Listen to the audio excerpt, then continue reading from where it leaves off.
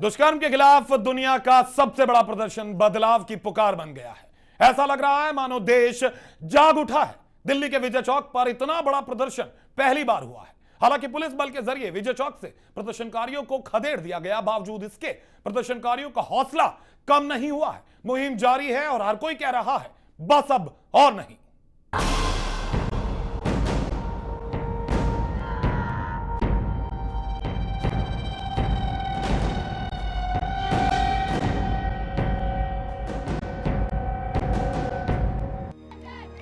दुष्कर्म के खिलाफ दुनिया का सबसे बड़ा प्रदर्शन कई सवाल उठा रहा है।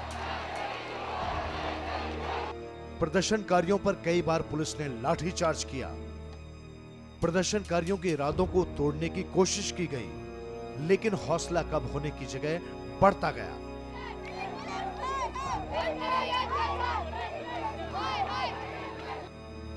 ये देखिए छात्राएं कैसे पोल पर चढ़कर प्रदर्शन कर रही हैं।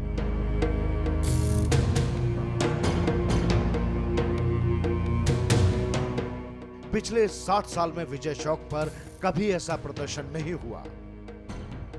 इन तस्वीरों में बदलाव की पुकार है और इंसाफ की गुहार भी।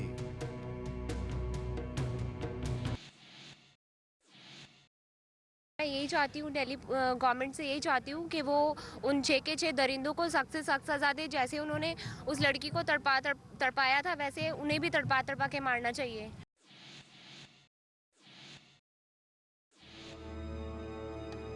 प्रदर्शनकारी छात्रों को हटाने के लिए पुलिस लाठियां चला रही है, लेकिन प्रदर्शनकारी पीछे नहीं हटे और इंसाफ की मांग को लेकर डटे हुए हैं।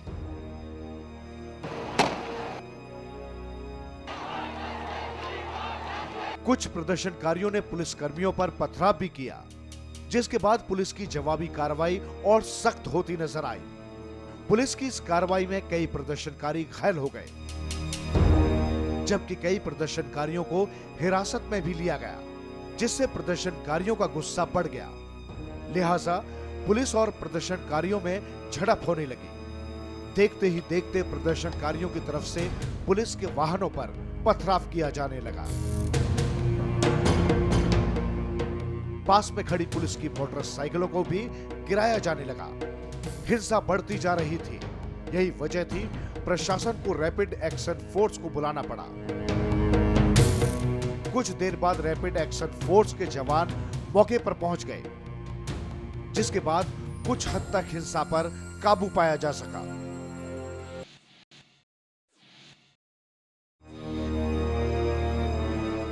पुलिस और रैपिड एक्शन फोर्स की सख्त कार्रवाई के बाद राष्ट्रपति भवन के बाहर हालात तो काबू में आ गए, लेकिन आंदोलन जारी है।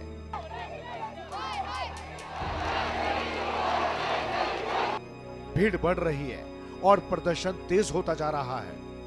गैंग रेप रविवार को हुआ था, लेकिन गुस्सा, आक्रोश कम होने की जगह बढ़ता जा रहा है और हर कोई यही कह रहा है, बस अब और नहीं।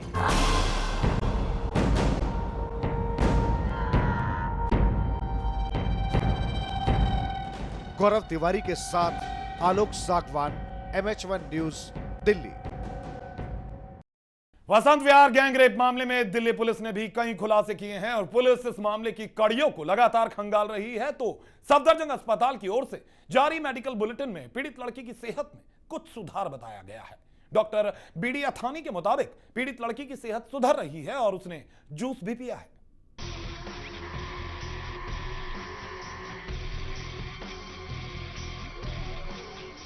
वसंत विहार गैंगरेप मामले में दिल्ली पुलिस की कार्रवाई जारी है। साउथ दिल्ली की डीसीपी छाया शर्मा के मुताबिक इस गैंगरेप में एक नाबालिग आरोपी भी शामिल था।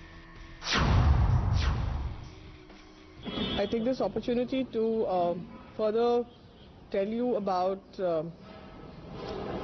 officially that even the last person named Akshay Kumar Singh alias Thakur has been arrested.